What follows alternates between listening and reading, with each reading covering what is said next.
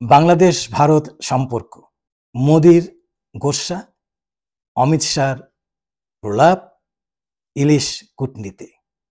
The executive Times 2.0 থেকে আপনাদের সবাইকে অনেক শুভেচ্ছা।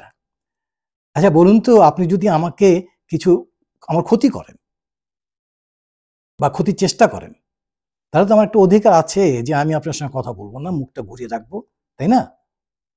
তো আমাদের যে মোদি সাহেব, উনি ডক্টর ইউনূসের সঙ্গে বৈঠকে বসবেন না। বৈঠক ওই যে হওয়ার কথা ছিল ইয়েতে, আমেরিকাতে, উনি বসবেন না। এখন একটা জিনিস ভাবতে হবে, এই ভদ্রলোকের সমস্ত আশা আকাঙ্ক্ষা পরিকল্পনা শেখ হাসিনা কেন্দ্রিক ছিল এবং অনেক দূর তিনি তার পরিকল্পনাটা বাস্তবায়িত করেছিলেন এবং শেষ পর্যায়ে এসে কি দেখলেন যে কিছু ইয়াং ছেলে মেয়েরা বাংলাদেশে তারা একটা বিপ্লব করে এই মহিলাকে এখান থেকে বিতাড়িত করলো। তার তো মানে স্বপ্ন ভঙ্গ হয়ে গেল, ধূলিসাৎ হয়ে গেল, ব্যথা বেদনায় তিনি ভারাক্রান্ত এবং সেই ভারাক্রান্ত হৃদয়ে তিনি বলছেন, না না আমি দেখা করব না, ডক্টর ইউনূসের সঙ্গে দেখা করব না। তো আমাদের কিন্তু এই জিনিসগুলো সবসময় মনে রাখতে হবে, কোন প্রেক্ষিতে কে কি করছেন। অমিত শাহর কথাটা আমরা জানি যে ভদ্রলোক অনেক কিছু বলেছেন আগে, মিডিয়াতে আমরা দেখেছি, সেই ইন্ডিয়া মিডিয়াতে আমরা দেখেছি। তার কথাবার্তা শুনে মনে হতো যেন তিনি সদ্য পাগলা গারদ থেকে বেরিয়ে এসে কথা বলা শুরু করেছেন। আমি বলছিলাম তার ওই যে বক্তব্যটা, যেটা উনি বলেছেন ঝাড়খণ্ডে নির্বাচন উপলক্ষে, সেটা রেটরিক হিসেবে ধরা যায়, কিন্তু রেটরিক হলেও একটা ভাষার ব্যাপার আছে যে যখন অন্য দেশ সম্পর্কে বলা হয়। অর্থাৎ উনি বলেছেন যে অনুপ্রবেশকারী যারা বাংলাদেশি তাদেরকে তিনি ঝুলিয়ে মারবেন এবং ঝুলিয়ে সোজা করে না, উল্টো করে ঝুলিয়ে মারবেন। एक बार झारखंड सरकार बदल दीजिए, मैं आपको वादा करता हूं रोहिंग्या और बांग्लादेशी घुसपैठियों को चुन चुन कर झारखंड के बाहर भेजने का काम भारतीय जनता पार्टी करेगी। तो এইগুলো মানে আমরা অ্যাকসেপ্ট করি না ডিপ্লোম্যাটিক ক্ষেত্রে, এগুলো অ্যাকসেপ্টেবল না, নোম না। অবশ্যই বাংলাদেশ থেকে প্রতিবাদ করা হয়েছে এবং এই প্রতিবাদটা করার ফলে একটা জিনিস হয়েছে, যে ভারত বুঝতে পেরেছে যে মানে তারা আস্তে আস্তে সময় লাগে এগুলো বুঝতে গেলে, যে কারণ এর আগে কত কি করেছে, শেখ হাসিনার সময় লোক মেরেছে, এদিকে সৈন্য চলে আসছে, যা খুশি তাই করেছে, কোনো রকম কোনো প্রতিবাদ নেই। কিন্তু আমাদের সরকার, এখানটা বর্তমান সরকার প্রতিবাদ করেছে এবং তাতে ভারত বুঝতে পেরেছে যে এখন সে সময় নেই। এখন বাংলাদেশ এবং ভারত সমতার ভিত্তিতে তাদের সম্পর্ক স্থাপিত হবে, এটা ভারত জানে, বুঝতে পেরেছে। কষ্ট হচ্ছে এটাকে মেনে নেওয়াটা। আমরা দেখলাম ইলিশ নিয়ে একটা ব্যাপার হলো। ইলিশের প্রথম থেকে এক মন্ত্রণালয়ের উপদেষ্টা উনি বললেন যে না আমরা ইলিশ দেব না, 3000 টনের মতো, কিন্তু আরেক উপদেষ্টা উনি বললেন যে না আমরা দিচ্ছি এবং সেটাই ফাইনাল, অর্থাৎ আমরা ইলিশ পাঠাচ্ছি, আমরা রপ্তানি করছি। এখন আমরা যদি একটা হিসাব করে দেখি, তাতে এই যে ইলিশটা আমরা রপ্তানি করছি এখন, এর ফলে কিন্তু আমাদের এখানে যে ডিমান্ড অ্যান্ড সাপ্লাইয়ের ব্যাপারে, সেখানে কিন্তু ভারসাম্য নষ্ট হবে না, অর্থাৎ আমাদের যেটা দরকার সেই ইলিশ আমরা পেয়ে যাব। এই ইলিশ রপ্তানিটা এটা সাময়িক, একটা পুজো হচ্ছে দুর্গা পূজা, যেটা ভারতের হিন্দুদের, বিশেষ করে কলকাতার হিন্দুদের জন্য একটা বড় উৎসব, বিশাল বড় উৎসব। এই সময় তাদের ইলিশ দরকার। তো এই যে ইলিশটা আমরা পাঠানোর সিদ্ধান্ত নিয়েছি, পাঠানো মানে বিনা পয়সায় না, এই যে আমরা এখান থেকে পয়সা উপার্জন করব, তার পেছনে একটা বড় কারণ আছে, সেটা হচ্ছে যে মানবিক দিক। এবং আমাদের মনে রাখতে হবে যে বর্তমান যে সরকার, তার একটা হিউম্যান ফেস রয়েছে, একটা মানবিক চেহারা রয়েছে। এই জিনিসটা কিন্তু আমরা দেখাতে পেরেছি আন্তর্জাতিক ক্ষেত্রে। অর্থাৎ আমাদের ডক্টর ইউনূস যখন তিনি কথা অলরেডি বলেছেন আমাদের বাইডেনের সঙ্গে, এবং বাইডেন সাহেব আমাদেরকে আশ্বাস দিয়েছেন তিনি যা করা দরকার বাংলাদেশের জন্য তিনি যা করতে পারেন করবেন বাংলাদেশের ভালোর জন্য। তো তাছাড়া অন্যান্য যারা রাষ্ট্রপ্রধান তারাও কিন্তু আমাদের প্রতি সমর্থন জানিয়েছেন। তো আমাদের ভাবমূর্তিটা উজ্জ্বল করার ক্ষেত্রে এই ইলিশটাও কিন্তু কিছুটা কিছু হলেও কাজ দিয়েছে। কারণ এখানে আমাদের স্ট্যান্ডটা হচ্ছে এরকম যে তুমি অধম তাই বলে কি আমি উত্তম হব না? অর্থাৎ তুমি গোস্বা করেছো, জাত খুঁজে তাই বলছো আমাদের সম্পর্কে, কিন্তু তোমাদের যে প্রয়োজনটা, সাধারণ মানুষ কিছু ইলিশ খেতে চাচ্ছে, আমাদের ইলিশ পর্যাপ্ত ইলিশ আছে, পরিমাণে আছে, অন্তত এই সময় পাওয়া যাচ্ছে। আমরা তার সেখান থেকে ৩,০০০ টন আমরা ইলিশ তোমাদের দিচ্ছি, অবশ্যই পয়সা নিচ্ছি তার পরিবর্তে। তো এই যে আমাদের জেস্চারটা, এটা এর একটা সুদূর প্রসারী ইফেক্ট, ফল আছে। এই জিনিসটা আমাদের বাংলাদেশ ভারতের সম্পর্কটাকে এগিয়ে নেবার ক্ষেত্রে একটা বিরাট ভূমিকা পালন করবে। এখন আমরা যে ভারতের কথা চিন্তা করি, ভারত বাংলাদেশকে কোন চোখে দেখে, আমরা জানি কি কোন চোখে দেখতো, সেটা আমরা পুরাতন কথা। আমি আমার আগের ভিডিওতে বলেছি ভারত কি করতে চায়, কি করতে পারে।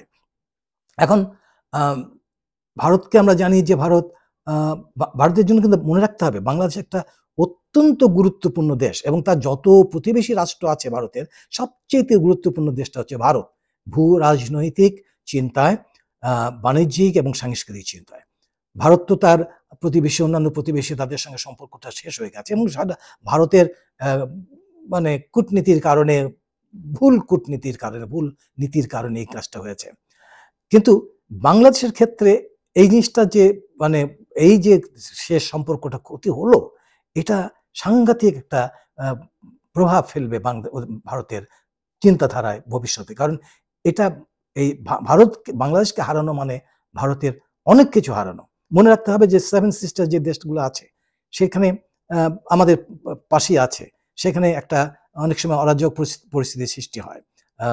তো সেখানে বাংলাদেশ কিন্তু যদি আমরা আমাদেরকে বৈরী দেশ বানায়, সেখানে একটা অসুবিধা হবে তাদের, যে কোনো প্রয়োজনে বেকায়দায় আমাদের কোনো সাহায্য তো পাবেই না, বরং কিছু অসহযোগিতা সেখানে পেতে পারে, সম্ভাবনা আছে।